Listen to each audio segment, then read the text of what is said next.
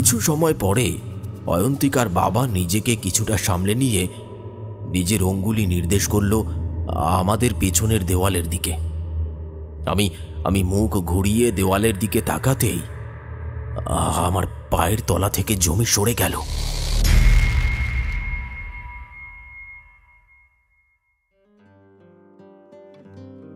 নমস্কার বন্ধুরা, আপনারা শুনছেন গপ্পখোর, আর আমি রয়েছি সুদর্শন এক রোমাঞ্চকর প্রেমের ভৌতিক গল্পের সাথে। জানেন তো, টুটুল কাকা একবার ভারী বিপদে পড়েছিলেন। সেই বিপদ তার আজও কাটেনি।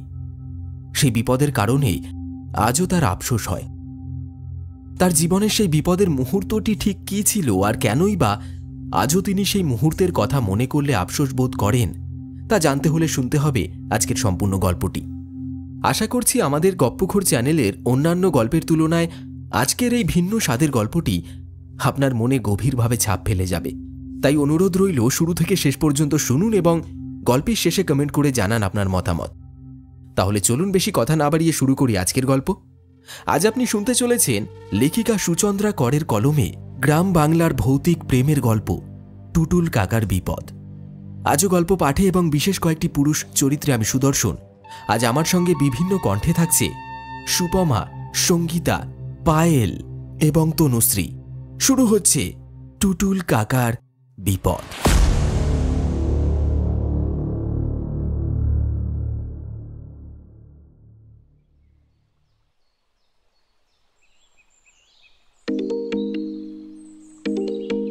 হ্যালো।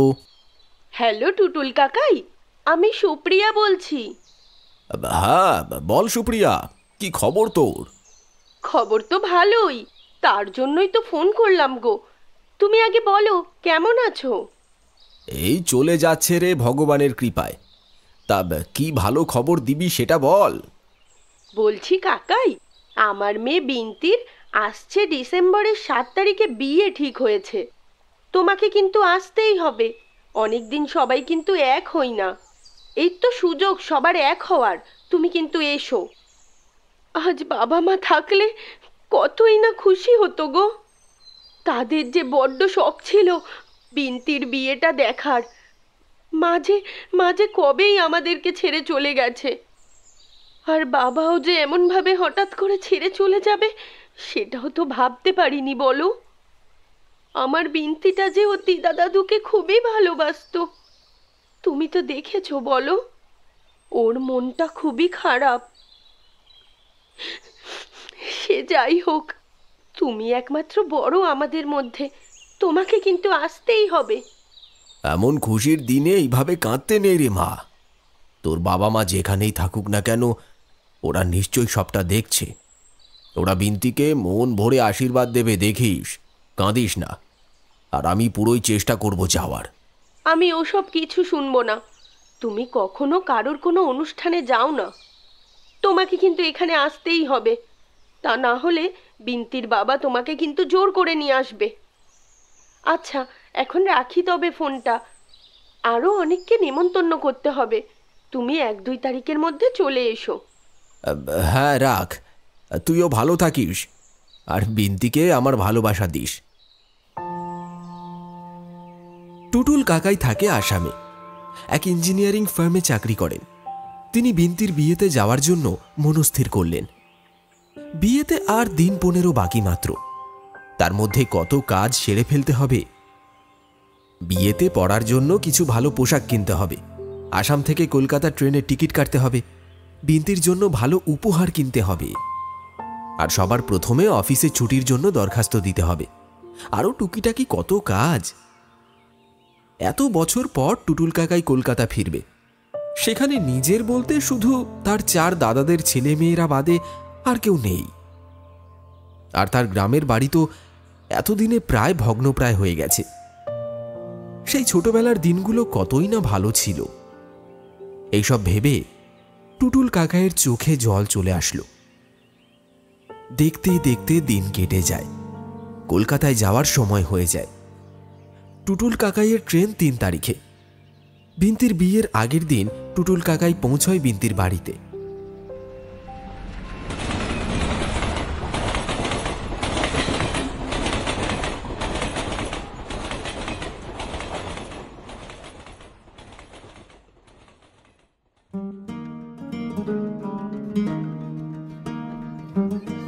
বাড়ি ভর্তি লোকজন।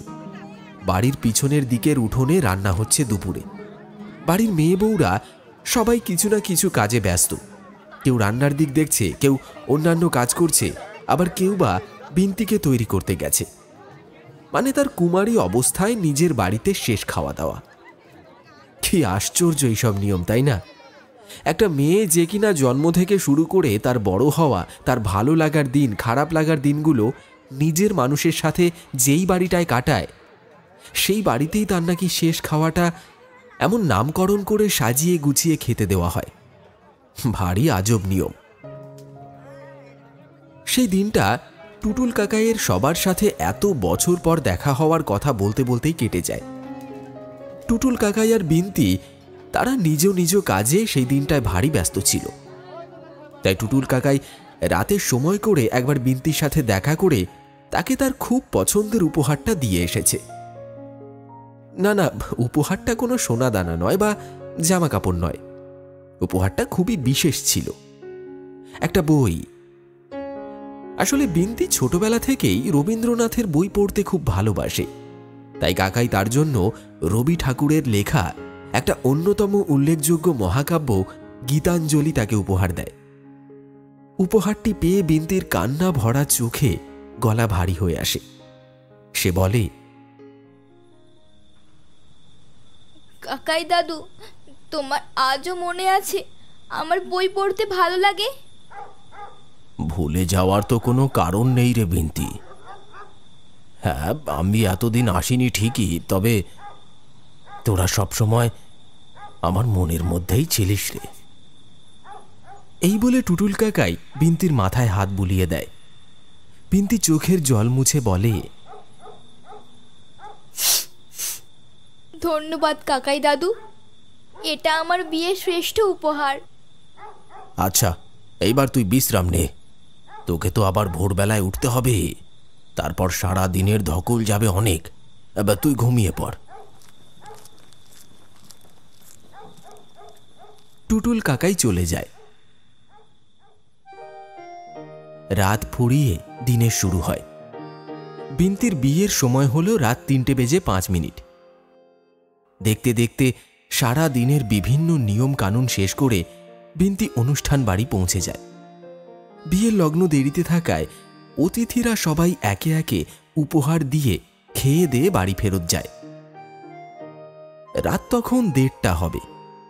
অনুষ্ঠান বাড়িতে হাতে গোনা কিছু মানুষ বাদে সবাই যে যার বাড়ি ফিরে গেছে। সবার কাছে তখন গল্পের ভাণ্ডারও ফুরিয়ে এসেছে। বেশ কিছুক্ষণ সবাই সবার নিজের মতো মোবাইল ফোনে ছবি তুলে যখন ক্লান্ত হয়ে বসে পড়ল, তখন হঠাৎ বিন্তি তার ভাই বোনেদের উদ্দেশ্যে বলে উঠল,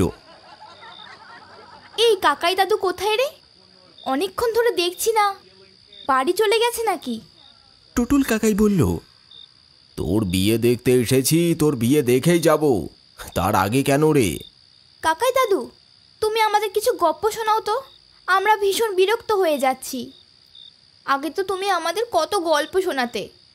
ধুর বাবা, কি দেরিতে বিয়ের লগ্নটা পড়েছে। টুটুল কাকাই বিন্তির আবদার ফেরাতে পারল না। যতই হোক, আজ তার বিয়ে। মেয়েটা আর কিছু সময় পর অন্য মানুষদের সাথে অন্যের বাড়িতে চলে যাবে। তখন কেউ ওর এই ছোট ছোট আবদারগুলো আদৌ পূরণ করবে কিনা কে জানে। হয়তো মেয়েটাকে নিজের আবদারগুলো নিজের মনের মধ্যেই চাপা দিয়ে রাখতে হবে। একটা মেয়ে তার বাবার বাড়িতেই তো আবদার করার জায়গা পায়। এইসব 7-5 ভেবে টুটুল কাকাই বলল, বেশ তো, বল তোরা কি গল্প শুনবি?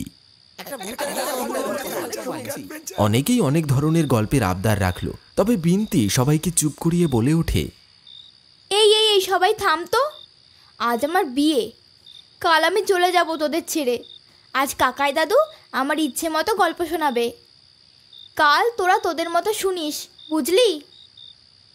আচ্ছা, বেশ বেশ বেশ, আজ বিন্তি যা বলবে তাই হবে। আজ বিন্তির দিন, বল কি গল্প শুনতে চাস? তোমার গল্প কাকাই দাদু, সবাই তোমায় টুটুল বলে, কোনোদিনও তোমার ভালো নাম জানা হয়নি। তোমার ভালো নাম কি গো?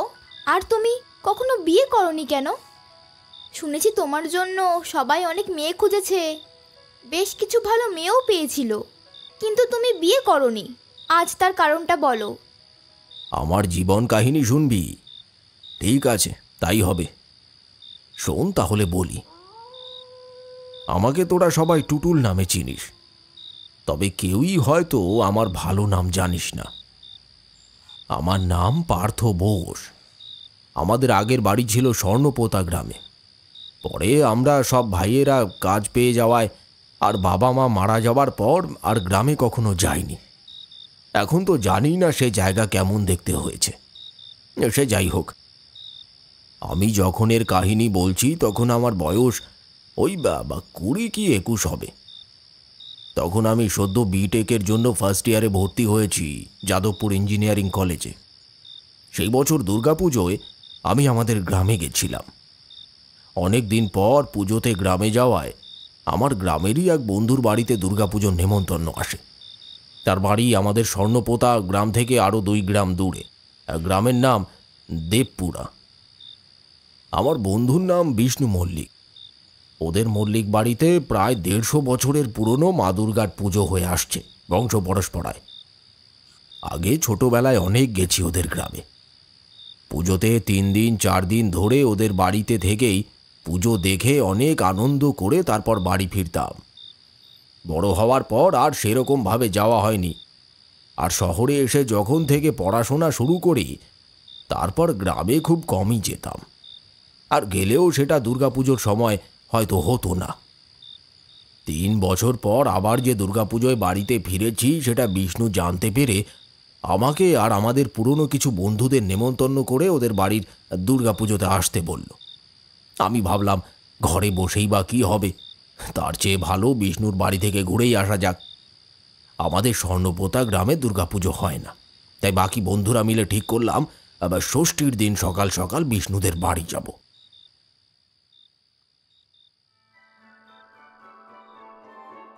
পুজোর দিন সকাল সকাল স্নান সেরে একটা পিঠ ব্যাগে 3-4টে জামা কাপড় নিয়ে সাইকেল করেই রওনা দিলাম বিষ্ণুদের বাড়ির উদ্দেশ্যে। আমরা গ্রামের ছেলে, তাই 2টো গ্রাম সাইকেল চালিয়ে যাওয়াটা কোনোই বড় ব্যাপার ছিল না আমাদের কাছে। কিছু সময় পর আমরা গিয়ে হাজির হলাম মল্লিক বাড়িতে।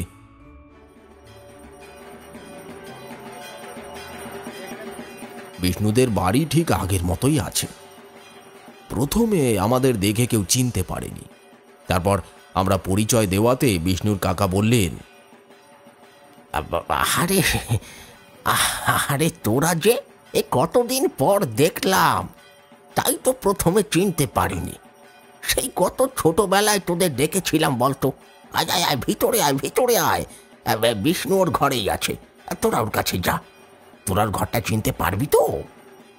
আমার এক বন্ধু কমল বলল, হ্যাঁ কাকা, চিনতে পারবো। তোমাদের বাড়ি তো একদম আগের মতোই আছে দেখছি, কোনো অসুবিধা হবে না, আমরা চলে যাব। বেশ, আবার তোরা যা, আমি তোদের খাওয়াটা ওখানেই পাঠাচ্ছি। এই বলে বিষ্ণুর কাকা চলে গেলেন। আর আমরা বিষ্ণুর ঘরে যেতে টুটুল কাকাই এতটা বলতেই বিন্তির ভাই বলে উঠল, আরে কাকাই দাদু, এসব শুনতে চাই না গো, তুমি আসল গল্পে আসো। তোমার বিয়ে না করার কারণটা কি বলো তো? আরে হতচ্ছাড়া, আমি তো সেটাই বলছি, শোন পুরোটা আগে। তোরা কি বিয়ে বাড়িতে এসেই বিরিয়ানি আর মটন চাপ খেতে বসিস, নাকি আগে একটু কফি খাস, ফুচকা খাস, পকোড়া খাস, তারপরে শেষে গিয়ে আসল খাবারগুলো খাস? ঠিক সেই রকম আগের কথাগুলো শুনে নে, আগে কি ঘটেছিল, তারপর তো না হয় পরের ঘটনাগুলো শুনবি। না হলে বুঝবি বা কী করে কোন ঘটনা থেকে আমি কোন ঘটনায় কিভাবে পৌঁছলাম। যাকে এবার শোন বাকিটা। হ্যাঁ, তো আমি যেন কোথায় ছিলাম? ও হ্যাঁ, মনে পড়েছে। তখন আমরা বিষ্ণুর ঘর খুঁজে তাতে ঢুকতে গিয়ে দেখি ঘর ভর্তি মেয়েরা বসে আছে, তারা গল্প করছে। আমরা তো পুরো ভ্যাবাচাকা খেয়ে লজ্জা পেয়ে বেরিয়ে এসে একে অপরকে দোষারোপ করছি ঘর ভুল করার জন্য। ততক্ষণে ঘর থেকে একটা খুব সুন্দর সবুজ রঙের শাড়ি পরে বেরিয়ে এলো একটা মেয়ে। কি মিষ্টি মুখটা, চোখ দুটো টানা টানা, নাকটা একটু ছোট, তবে মুখটা ভারী মিষ্টি। আমি শুধু মেয়েটাকে আসতে আর যেতে দেখলাম। মাঝে মেয়েটি এসে কি যে বলে গেল তা আমার কর্ণগোচর হলো না। পিঠে একটা জোরে চাপড় খাওয়ার পর চটকা ভাঙলো আমার। তখন আমাকে কমল বলল, এই কিরে, প্রথম দেখাতেই প্রেমে পড়লি নাকি? হ্যাঁ, দূর পাগল নাকি তোরা? আমি এখানে পুজো দেখতে এসেছি বন্ধুর বাড়িতে, প্রেম করতে আসিনি, বুঝলি? তখন আর এক বন্ধু গৌর বলল, আচ্ছা তাই নাকি? এই তাহলে বলতো মেয়েটি এসে কি বলে গেল? হ্যাঁ, তখন আর আমার কাছে কোনোই উত্তর না থাকায় আমি চুপ করে থাকাটাই শ্রেয় মনে করলাম। কমল বলল, ওটা বিষ্ণুর পিসির মেয়ে অয়ন্তিকা, আর এটা বিষ্ণুরই ঘর। বিষ্ণু ওদের ছেড়ে দিয়েছে এখানে বসে গল্প করার জন্য, কারণ বিষ্ণুর ঘরটাই কেবলমাত্র খালি আর অপেক্ষাকৃত বড়। তাহলে এখন বিষ্ণুকে কোথায় পাবো? কেন, ছাদের চিলে কোটায়? তারপর সবাই আমাকে নিয়ে হাসতে হাসতে যেতে থাকে ছাদের চিলে কোঠার দিকে। আর আমার মনে বারবার উকি মারতে থাকে অয়ন্তিকার প্রথম দেখা। আমার অয়ন্তিকা, প্রথম দেখাতেই আমি ওকে আমার ভেবে ফেলেছিলাম। সে যে কি অনুভূতি তা বলে তোদের বোঝাতে পারবো না। জানিস বিন্তি, আমার অয়ন তোর মতোই গল্পের বই পড়তে খুব ভালোবাসত। আমি ওকে ওই পুজোর 4টে দিনের মধ্যে যখনই দেখতাম, বেশিরভাগ সময় ওর হাতে একটা করে বই থাকত। কখনো রবীন্দ্রনাথ ঠাকুর, কখনো সুকুমার রায়, কখনো বঙ্কিমচন্দ্র। এক এক সময় এক একটা লেখকের গল্পের বই ওর হাতে আমি দেখেছি। সারাটা পুজো আমি শুধু ওকে দেখেই কাটালাম। এই প্রথমবার হয়তো পুজো আমার কাটল মা দুর্গার মুখের জায়গায় অয়ন্তিকার মুখ দেখে। জানিস তো, মা দুর্গার মুখের আদলের সঙ্গে অয়ন্তিকার মুখের আদলের বেশ অনেকটা মিল ছিল। অন্তত আমার তো তাই লাগতো। বিজয়া দশমীতে যখন মা দুর্গার ভাসান হয়, তখন সবার চোখে জল থাকে। মা দুর্গা চলে যায় তার জন্য। সেদিন আমারও চোখে জল ছিল, তবে আমার চোখের জলের দুটো কারণ ছিল। এক, মা দুর্গা চলে যাচ্ছে, আবার 1 বছরের অপেক্ষা। আর 2, আমায় অয়নকে ছেড়ে। মা দুর্গার ভাসানের সময় যখন অয়ন্তিকা সিঁদুর ভরা হাতে আমার কাছে আসে আমায় সিঁদুর মাখানোর জন্য, তখন আমি তাকে থামিয়ে দিয়ে জিজ্ঞেস করি, এই সিঁদুর কি আমি তোমার সিঁথিতে পরিয়ে দিতে পারি চিরকালের জন্য? আমার কথা শুনে অয়নের ওই সুন্দর টানা টানা দুটো চোখ দিয়ে 2 ফোঁটা জল গাল গড়িয়ে নেমে আসে। সে আমার কথার উত্তরে শুধু এইটুকুই বলে, আমি অপেক্ষা করব।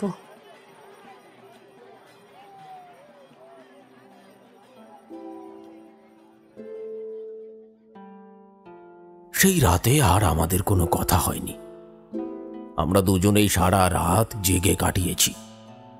হাজারো রকম অনুভূতি, হাজার প্রশ্ন, হাজার উত্তর, আরো কত কিনা মনের মধ্যে চলছিল। মনটা যেন একেবারে উথাল পাতাল হয়ে যাচ্ছিল। পরদিন বিষ্ণুর বাড়ি থেকে ফেরার সময় আমি অয়ন্তিকাকে বলি, বাড়ির পেছনে আমবাগানের কাছে একবার যেন আমার সঙ্গে দেখা করে। অয়ন্তিকা সময় মতো আমার জন্য অপেক্ষা করতে থাকে। আমি ওর কাছে যাই, তারপর ওর হাত দুটোকে ধরে ওকে বলি,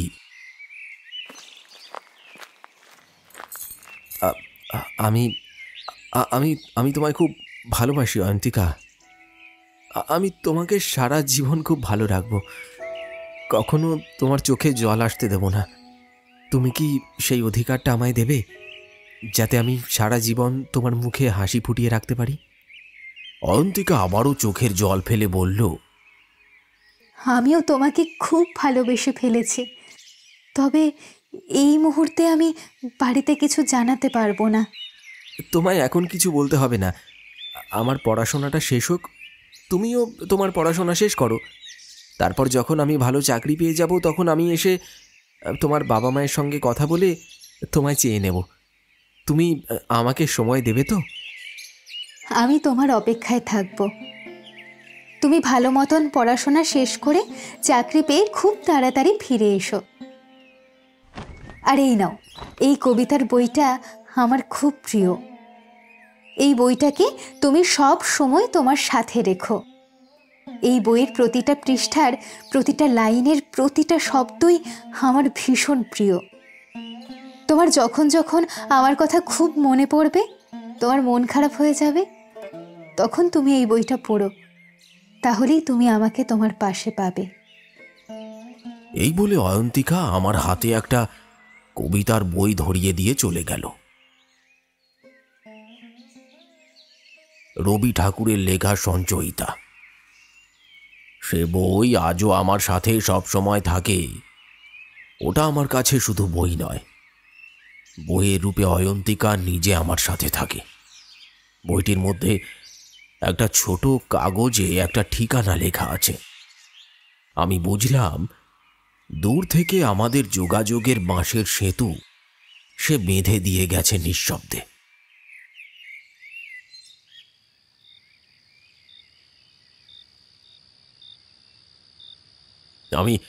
আমি ফিরে এলাম আমার গ্রামের বাড়িতে। সেখানে 2 দিন থেকে আবার চলে এলাম শহরে। তারপর থেকে শুরু হয় আমাদের একসাথে পথ চলা। না না, তোদের এখনকার মতো হাতে হাত দিয়ে নয়, চিঠির আদান প্রদানে। প্রতি 15 দিন অন্তর আমরা দুজন দুজনকে চিঠি লিখতাম। আমি প্রথম ওকে চিঠি লিখি, তারপর বেশ কিছুদিন পর ওর জবাবে চিঠি আসে। চিঠিতে লেখা ছিল, আমি জানতাম তুমি আমায় চিঠি লিখবে। আমি যে কতটা অধীর আগ্রহে অপেক্ষা করছিলাম তোমার এই চিঠিটার, তা আমি বলে বোঝাতে পারবো না। তুমি নিজের খেয়াল রেখো, আর সময় মতো চিঠি পাঠাতে ভুলো না জানো। মনে রেখো, কেউ তোমার চিঠির অপেক্ষায় প্রহর গোনে। আরও কত কি লেখা! সব যদি এখন বলতে যাই তাহলে পুরোহিত মশাই আমার ওপর রেগে যাবেন রে। তারপর শোন কি হলো। আমরা এইভাবেই চিঠি লিখতে থাকি একে অপরকে। 1 বছর হয়ে যায় আমাদের চিঠি লেখার। সেইবার অয়ন আমাকে একটা ছোট চিঠি লেখে। প্রিয় পার্থ, অনেক ভালোবাসা তোমাকে দিলাম। সামনেই দুর্গাপুজো, তুমি আসছো তো গ্রামে? আমাদের আবার দেখা হবে তো? তোমায় যে দেখতে বড্ড ইচ্ছে হচ্ছে। মনটা উত্তাল তরঙ্গ ঢেউয়ের মতো পাগল হয়ে যাচ্ছে। চোখ থেকে জল পড়া যে বন্ধ হয় না। কবে আসছো তাড়াতাড়ি জানাও, আমি অপেক্ষায় রইলাম। ইতি, তোমার অয়ন। আমি উত্তরে লিখলাম, প্রিয় অয়ন, আমি বুঝতে পারছি তোমার মনের অবস্থা। আর শুধু তুমি নও, আমিও তোমায় দেখব বলে ছটফট করছি। কিন্তু এইবার সুযোগ হবে না গো বাড়ি যাওয়া। পুজোর পর পরীক্ষা আছে। ভালো নম্বর পেয়ে পাশ না করতে পারলে আমি কোনো ভালো চাকরি পাবো না। তখন তোমার বাড়িতে কোন মুখ নিয়ে যাব বলো? লক্ষ্মীটি আমার, অভিমান করো না। আমায় তুমি না বুঝলে আর কে বুঝবে বলো? এই সাময়িক কষ্টটা একটু সহ্য করে নাও, তাহলে আমরা সারাটা জীবন একসাথে হাসি খুশি কাটাতে পারবো। নিজের খেয়াল রেখো, তোমার পার্থ।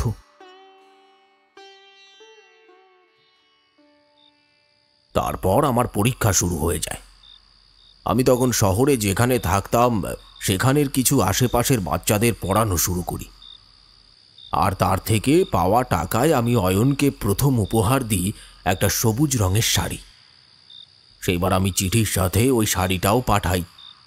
কিছুদিন পরে তার উত্তরে আসা চিঠিটা এক ঝলক দেখেই আমি বুঝতে পেরেছিলাম সেই শাড়িটা অয়নের কত পছন্দ হয়েছিল। সাধারণত অয়নের হাতের লেখা খুবই সুন্দর, কিন্তু সেই দিন চিঠিতে শব্দগুলো একটু অন্যরকমভাবে লেখা ছিল। অর্থাৎ লেখার সময় যে তার হাত কাঁপছিল আর চোখ দিয়ে জল পড়েছে, সেটা চিঠিতে থাকা পেনের কালির রং ছড়িয়ে যাওয়াতেই আমি বুঝতে পারছিলাম চিঠিতে অয়ন্তিকা লিখেছিল, এটা আমার জীবনের শ্রেষ্ঠ উপহার। তুমি আমার জন্য শহর থেকে এত কষ্ট করে পড়াশোনার মাঝেও নিজে রোজগার করে আমায় কিছু কিনে দিয়েছ। এর থেকে দামি আমার কাছে আর কিছুই হতে পারে না। আমরা যেদিন দেখা করব সেদিন আমি এই শাড়িটা পরেই তোমার সামনে দাঁড়াবো। তোমার দেওয়া শাড়িতে সেজেই তোমার কাছে যাব। তুমি অপেক্ষা করো সেই দিনের। অয়নের চিঠি পড়ে আমার যে চোখে জল আসেনি তা নয়, কিন্তু আমি তো ছেলে, তাই জল চোখ থেকে বেরিয়ে আসার আগেই তাকে আমি মুছে দিই। আমি মনে মনে খুব খুশি হই যে আমি অয়ন্তিকার মুখে হাসি ফোটাতে পেরেছি। দেখতে দেখতে 2 বছর হতে যায়। এই 2 বছরে আমাদের একবারের জন্যও দেখা হয়নি, শুধু চিঠিতেই আমরা কথা বলি। এই 2 বছরে অয়নের কাছে আমার আর আমার কাছে অয়নের তাই 24টা চিঠি হয়ে গেছে। সেইবারও আমি দুর্গাপুজোতে যেতে পারবো না জেনে অয়ন ভারী অভিমান করে আমার ওপরে। সে অভিমান করে আমায় লেখে, প্রিয় পার্থ, তুমি এইবারও এলে না। আমি এইবার তোমার জন্য অপেক্ষা করে চোখের জলে দিনগুলো কাটালাম। তোমার কি আমায় কষ্ট দিতে এতই ভালো লাগে গো? একটু মায়া হয় না আমার প্রতি? কখনো ইচ্ছে করে না তোমার অয়নকে নিজের চোখের সামনে দেখতে, অয়নের চোখের জল নিজের হাতে মুছতে? ইচ্ছে করে না অয়নের মুখের হাসির কারণ হতে? হয়তো করে না, তাই তো এইবারও পুজোয় তুমি এলে না। তোমায় আর আসতে হবে না। তোমার সাথে আর হয়তো বেঁচে থাকতে আমার আর কখনো দেখা হবে না। তুমি শহরেই থাকো। তোমায় আর আমার কথা ভাবতে হবে না, আর আমায় কোনো চিঠিও লিখতে হবে না তোমাকে। বড্ড অভিমানী ছিল আমার নয়ন। তারপর আমি তাকে বেশ কয়েকটা চিঠি লিখেছিলাম, কিন্তু তার কোনো উত্তর সে আমায় দেয়নি। বুঝেছিলাম সে বড্ড রেগে আছে আমার উপরে, কিন্তু আমি বা তখন কি করতাম? তখন আমার 3য় বছরের ক্লাস শুরু হয়ে গেছে। তখন আমার এসব ছেড়ে গ্রামে যাওয়া সম্ভব ছিল না। আমি অয়নকে অনেক বোঝানোর চেষ্টা করেছি, কিন্তু সে বোঝেনি। সে আমার কোনো চিঠির কোনো উত্তর দেয়নি। আমি 1 মাসে প্রায় 5টা চিঠি ওকে পাঠিয়েছি, কিন্তু অয়ন কোনোটারই কোনো উত্তর দেয়নি।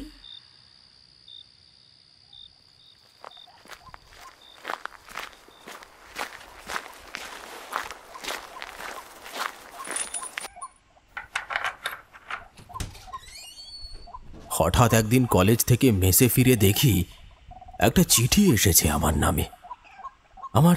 আমার অয়ন্তিকা আমায় চিঠি লিখেছে। আমি আর তর সইতে না পেরে তৎক্ষণাৎ চিঠিটি খুলে দেখলাম চিঠিতে একটা কবিতা লেখা। দিনের শেষে যখন রাত এসে নামে, তখন কি একবারও ভাবো কেউ তোমার অপেক্ষায় প্রহর গোনে? ভেবেছ কি কখনো কেউ আজও তোমার স্মৃতিকে আঁকড়ে ধরে বাঁচার এক ব্যর্থ অক্লান্ত চেষ্টা করে চলেছে দিনের পর দিন? আচ্ছা, কখনো কি তোমার মনে হয় কেউ তার প্রতিটা দিনের শুরু প্রথম দৃষ্টিতে শুধু তোমাকে দেখতে চায়? মনে পড়ে তোমার শেষ সেই বিকেলের দেখা, যখন সে তোমায় ভালোবাসার অদৃশ্য বাঁধনে বাঁধার ব্যর্থ চেষ্টায় অম্লান হাসিতে চেয়েছিল তোমার দিকে? মনে পড়ে সেই কাটানো মুহূর্ত, যখন তোমার শব্দে ভাসত তার অনুভূতি? মনে কি পড়ে তাকে এখনো? আমি বুঝতে পারলাম অয়নের অভিমান এখনো কাটেনি। আমি কোনোভাবেই বুঝতে পারছিলাম না কিভাবে ওর অভিমান আমি কাটাবো। সারাটা রাত আমার এই কথা ভেবেই কেটে গেল।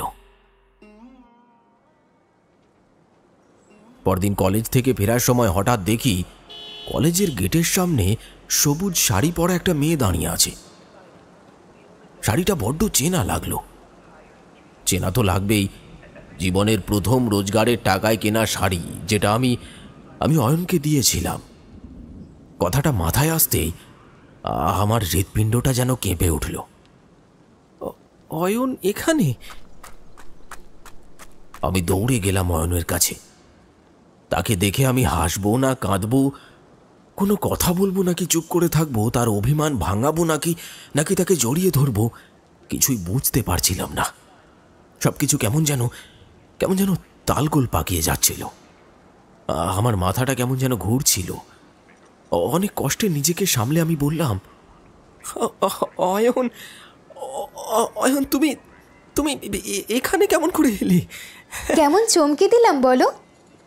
আমার এক বান্ধবীর বিয়েতে আমি যাদবপুর এসেছি, তাই ভাবলাম যাওয়ার আগে তোমার সাথে একবার দেখা করে যাই। আমি কি কোনো ভুল করেছি এখানে এসে? মা, না না, তুমি ভুল করবে কেন? খুব ভালো করেছো তুমি এসেছো। আমি সত্যি খুব আশ্চর্য হয়ে গেছি। তোমার এখনো অভিমান আমার উপর কমেনি, তাই না? তাই জন্যই তুমি এইরকমভাবে আমার সাথে কথা বলছো। আমি ভীষণ খুশি হয়েছি তোমাকে এখানে দেখে, কিন্তু তুমি এখানে এসেছো আমাকে একবার জানাতে পারতে, তাহলে আমি তোমায় এগিয়ে নিয়ে আসতাম। আমি তোমাকে আশ্চর্য করব বলেই তো এখানে এসেছি। তুমি আমাকে একটা উপহার দিয়েছিলে, এই যে দেখো, আমি সেই উপহার পরেই তোমার সামনে দাঁড়িয়ে আছি। আর আজ আমি তোমায় একটা উপহার দিয়ে গেলাম, যাওয়ার আগে তোমার সঙ্গে একবার দেখা করে গেলাম। আমাদের কলেজের পাশেই একটা পুকুর ঘাট ছিল, সেখানে অনেক ছেলে মেয়েরাই বসে গল্প করত। আমরা দুজন সেখানে গেলাম, আর সেখানে আমরা বাদাম ভাজা কিনে নিয়ে দুজন মিলে খেলাম। তারপর অনেক গল্প করলাম। তারপর সন্ধে হয়ে যাওয়াতে আমি অয়নকে জিজ্ঞেস করলাম, তোমায় তো বাড়ি ফিরতে হবে তাই না? চলো আমি তোমাকে পৌঁছে দিয়ে আসি, তাহলে আরও কিছুক্ষণ একসাথে থাকার সময়ও পেয়ে যাব, আর তোমাকে পৌঁছেও দিয়ে আসতে পারবো। না, তার দরকার নেই। আমি বান্ধবীর বাড়িতে কিছু বলে বেরোইনি, একটু দরকার আছে বলে বেরিয়েছি। তোমায় আমাকে ছাড়তে যেতে হবে না, কাছেই ওর বাড়ি, আমি চলে যাব। এই বলে অয়ন এগোতে লাগলো। হঠাৎ এগিয়ে গিয়ে থমকে দাঁড়িয়ে আবার ফেরত এসে সে আমায় বলল, পার্থ, তুমি ভালো থেকো, আর সব সময় এমন হাসি খুশি থেকো। আর আজকের তারিখটা মনে রেখো, আমি প্রতি মুহূর্তে তোমার সাথেই থাকব। শুধু চোখ বন্ধ করে আমার নাম নিও, দেখো আমায় তুমি অনুভব করতে পারবে। তুমিও ভালো থেকো, আর সাবধানে যেও। আর আজকের তারিখটা আমি চাইলেও ভুলতে পারবো না। আজ যে আমার অয়ন আমার সাথে দেখা করতে এসেছে। তারপর আর বাকি একটা বছর আমরা সেই আগের মতোই চিঠি আদান প্রদান করেই কথা বলতাম। যত দিন ফুরিয়ে আসছিল আমার মধ্যে একটা উত্তেজনা সৃষ্টি হচ্ছিল যে আমি কখন যাব আর আমার অয়নকে গিয়ে দেখব। দেখতে দেখতে 3টে বছর কেটে যায়। আমার পড়াশোনা শেষ হয়। তারপর আমার পরীক্ষা শেষ হওয়ার 2 মাসের মধ্যেই আমি একটা খুব ভালো চাকরি পেয়ে যাই। ভীষণ খুশি হই আমি। আর চাকরিতে জয়েন করার আগে আমি ঠিক করি একবার আমি গিয়ে অয়ন্তিকার সঙ্গে দেখা করে এই সুখবরটা আমি তাকে নিজের মুখে জানাবো। আর তারই সাথে তার বাড়িতে বাবা মাকে নিয়ে গিয়ে আমাদের বিয়ের কথাটাও পাকাপাকি করে আসব। যেমন ভাবনা তেমন কাজ। আমি জয়েনিং লেটার নিয়ে চললাম বাড়ির উদ্দেশ্যে। বাড়িতে গিয়ে বাবা মাকে চাকরির সুখবরের সাথে আমার আর অয়ন্তিকার এই 3 বছরের সম্পর্কের কথা সমস্তটা খুলে বলি। বাবা মা আমাদের সম্পর্ক মেনে নেয় এবং আমাদের সাথে ওদের বাড়িতে যেতে রাজি হয়। আমি শহর থেকে অয়ন্তিকার জন্য খুব সুন্দর একটা লাল পেড়ে সাদা শাড়ি নিয়ে এলাম তাকে উপহার দেব বলে। সেই রাতে আমার আবারও ঘুম হয়নি। সারা রাত আমি অয়ন্তিকার কথা ভেবেই কাটিয়ে দিয়েছি। খুব মনে পড়ছিল সেই প্রথম দেখার কথা, যেদিন ভুল করে আমি বিষ্ণুর ঘরে ঢুকে গেছিলাম। তারপরে অয়ন্তিকা বাইরে বেরিয়ে এসে আমাদের সাথে কথা বলেছিল। মনে পড়ছিল সেই বিকেলের দেখা হওয়ার কথা, যখন আমবাগানে দাঁড়িয়ে আমরা কথা বলছিলাম, আর অয়ন্তিকা আমায় তার খুব পছন্দের সেই গল্পের বইটা দিয়েছিল। মনে পড়ছিল আমার দুর্গাপুজোতে গ্রামে না আসার জন্য অয়ন্তিকার অভিমানী চিঠির কথা। মনে পড়ছিল হঠাৎ করে আমার কলেজের সামনে এসে অয়ন্তিকা কিভাবে আমায় চমকে দিয়েছিল। তাই জন্যই আমি ঠিক করেছিলাম এবার আমিও হঠাৎ করে তার কাছে গিয়েই তাকে আমি চমকে দেব। পরের দিন সকাল সকাল আমার চিঠি পাঠানোর ঠিকানার উদ্দেশ্যে আমি বেরিয়ে পড়ি মা আর বাবাকে নিয়ে। সেখানে পৌঁছে দেখি এটা অয়ন্তিকার বাড়ি নয়, অয়ন্তিকার এক বান্ধবীর বাড়ি। কিন্তু অয়ন্তিকার বান্ধবী এমন আশ্চর্যভাবে আমার দিকে তাকিয়ে কথাটা যে কেন বলল আমি বুঝতে পারলাম না। হয়তো সে ভেবেছিল আমি জানি যে এটা অয়ন্তিকার বাড়ি নয়, এটা ওর বান্ধবীর বাড়ি। সে যাই হোক, আমি তখন তার বন্ধুর কাছ থেকে অয়ন্তিকার বাড়ির ঠিকানাটা চেয়ে সেদিকের পথে রওনা দিলাম।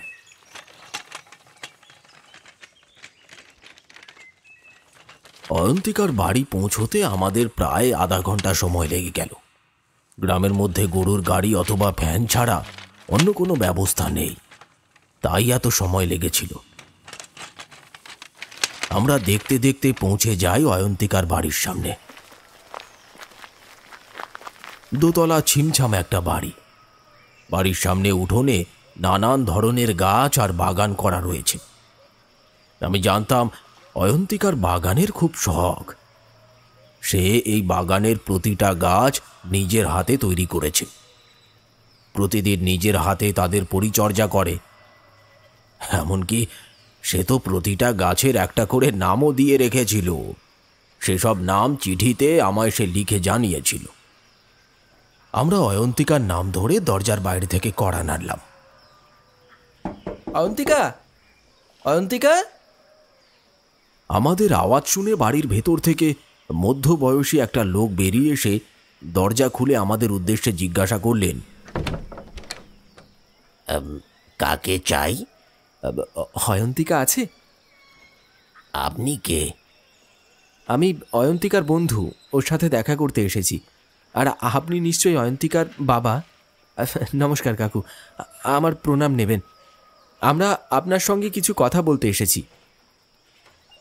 হ্যাঁ, আমি অয়ন্তিকার বাবা। এসো এসো, ঘরে এসো। ঘরে গিয়ে তিনি অয়ন্তিকার মাকে আমাদের জন্য চা আনতে বলে আমাদের বসতে বললেন। তারপর আমাদের জিজ্ঞেস করলেন, হ্যাঁ বলো, কি বলতে চাও তুমি? আমি তখন সবটা খুলে বললাম। এই গত 3 বছরের আমাদের সম্পর্ক, সেই বিষ্ণুর বাড়ির পুজোতে আলাপ হওয়া, তারপর থেকে আজ পর্যন্ত আমাদের মধ্যে যে একটা ভালোবাসার সম্পর্ক গড়ে উঠেছে, সেটা আমি সবটাই খুলে বললাম কাকুকে। আর এটাও বললাম যে আমরা ঠিক করেছিলাম আমার চাকরি যতদিন না হবে ততদিন আমরা বাড়িতে আমাদের সম্পর্কের ব্যাপারে কিচ্ছু জানাবো না। আর আমি একবার চাকরি পেলে নিজে এসে ওনাদের সঙ্গে কথা বলে অয়ন্তিকার আর আমার বিয়ের প্রস্তাব রাখব। আমার কথা শুনে অয়ন্তিকার বাবা কান্নায় ভেঙে পড়লেন। অয়ন্তিকার মাও মুখে আঁচল দিয়ে কাঁদতে থাকলেন। তাদের এই অবস্থা দেখে আমার বুকের ভেতরটা ধড়াস করে উঠল। আমার ভয় হতে লাগলো কোনো অলক্ষণে কিছু হয়নি তো। আমি বললাম, কি হয়েছে কাকু, আপনি এভাবে কাঁদছেন কেন? অয়ন্তিকা ঠিক আছে তো? ও কি এখন বাড়িতে নেই? ও কি কোনো বান্ধবীর বাড়িতে গেছে? কি হয়েছে কিছু বলুন না। আমার মনটা বড় আনচান করছে। একটিবার অয়ন্তিকাকে ডেকে দিন দয়া করে। তখন আমার এমন অবস্থা দেখে আমার বাবা মা আমাকে শান্ত করার চেষ্টা করছে। ওইদিকে ওর বাবা মা সমানে অঝরে কেঁদে যাচ্ছে। আমি কিছুই বুঝতে পারছিলাম না কি করব। কিছু সময় পরে অয়ন্তিকার বাবা নিজেকে কিছুটা সামলে নিয়ে নিজের অঙ্গুলি নির্দেশ করল আমাদের পেছনের দেওয়ালের দিকে। আমি মুখ ঘুরিয়ে দেওয়ালের দিকে তাকাতেই আমার পায়ের তলা থেকে জমি সরে গেল। আমি বললাম, এ কি, অয়ন্তিকার ছবিতে এমন মালা পরিয়ে রেখেছেন কেন? অয়ন্তিকা কোথায়? ওকে ডাকুন। এই বলে আমি চিৎকার করতে থাকি পাগলের মতো। আমি আমি একটিবার অয়ন্তিকাকে দেখতে চাই, দয়া করে আপনারা ওকে এনে দিন। আমি ওকে ভীষণ ভালোবাসি, আমি ওকে ভীষণ ভালোবাসি, আমি ওকে ভীষণ ভালোবাসি। এই একই কথা বলে আমি কাঁদতে থাকি। আমি আমার মাকে জড়িয়ে ধরে শুধু একটাই কথা বলতে থাকি যে আমি অয়ন্তিকাকে খুব ভালোবাসি মা, আমি ওকে ছাড়া বাঁচতে পারবো না। ওকে ছাড়া যে আমি জীবন্ত লাশ হয়ে যাব। ও যে আমার প্রতিটা শিরায় উপশিরায় আমার নিঃশ্বাসেও বাস করে। আমি কি করে ওকে ছাড়া থাকবো বলো আমি কি করে ওকে ছাড়া থাকবো? তোমরা কেউ একটিবারের জন্য ওকে আমার কাছে এনে দাও, আমি একবার ওকে দেখতে চাই। ও আমায় বারবার বলেছিল একবার দেখা করতে আসতে, আমি আসিনি। আমি বুঝতে পারিনি যে এরকম হয়ে যাবে, আমি বুঝতে পারিনি সত্যি অয়ন্তিকা আমায় ছেড়ে চলে যাবে।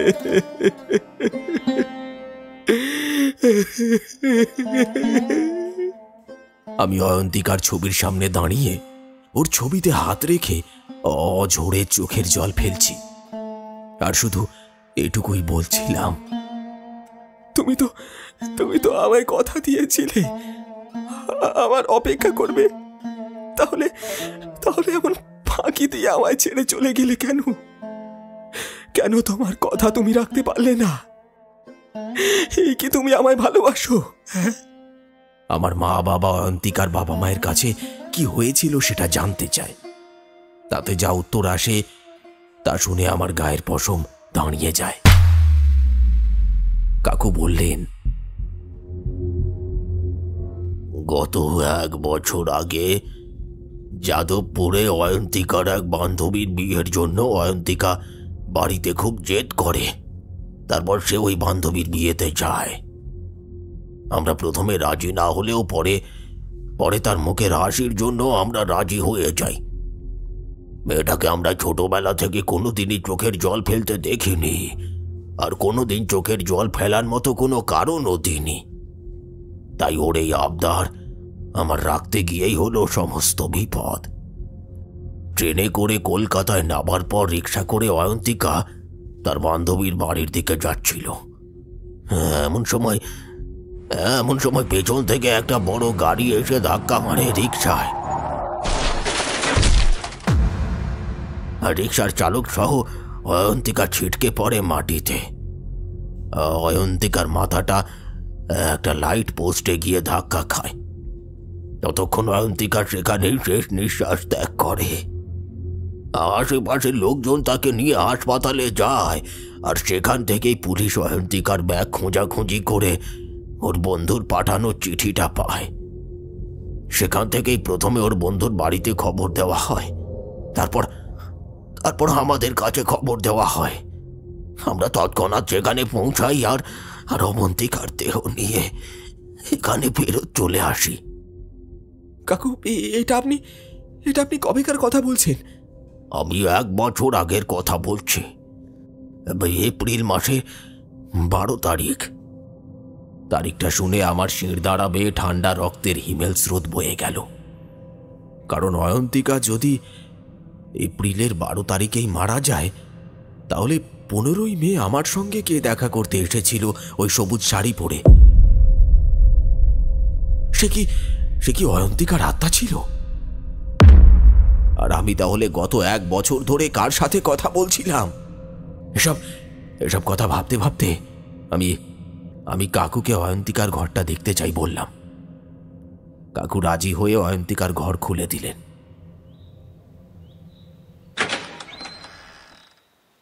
আমি জানতাম অয়ন্তিকা আমার চিঠিগুলো কোথায় রাখে।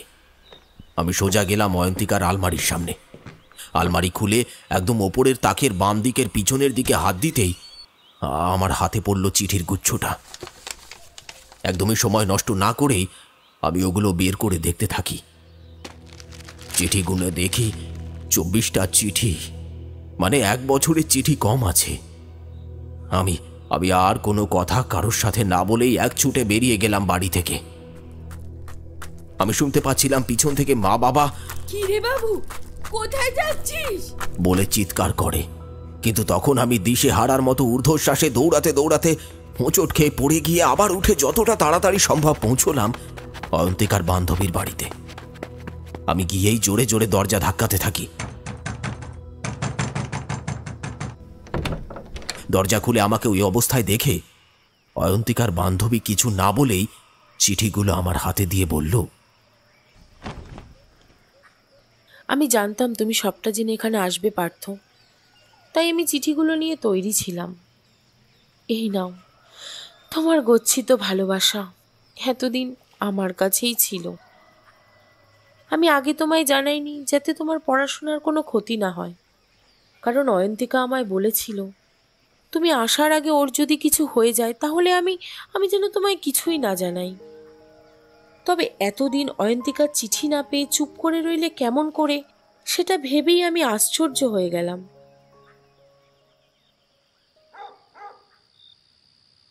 আমি আর এক মুহূর্ত না দাঁড়িয়ে বেরিয়ে এলাম আমার পাঠানো চিঠিগুলো নিয়ে।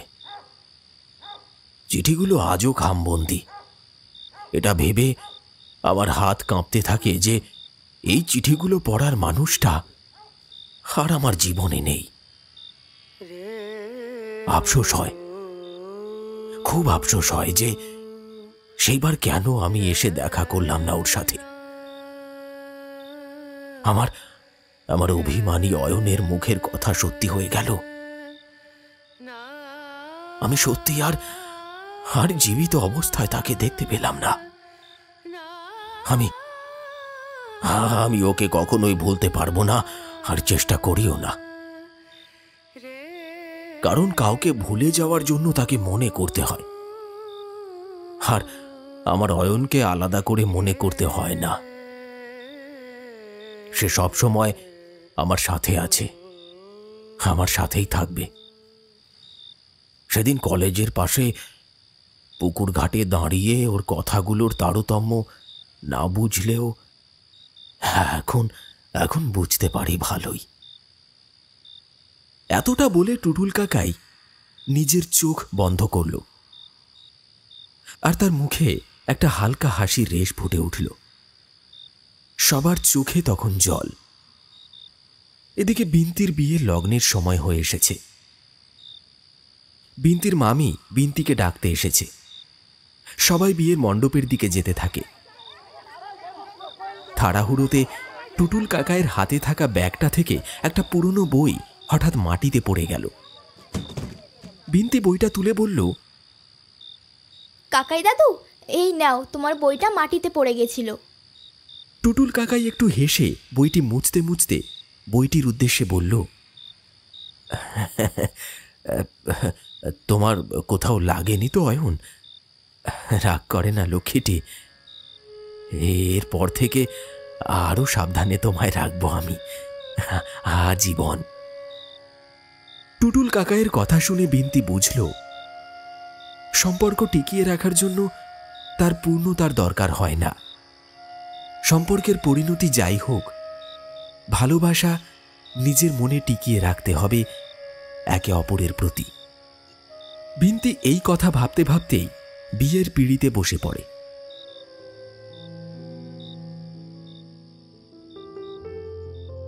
টুটুল কাকাই সেই বইটাকে বুকে জড়িয়ে ধরে একলা মনে মণ্ডপের এক কোণে গিয়ে একটা চেয়ার টেনে নিয়ে বসে পড়লেন।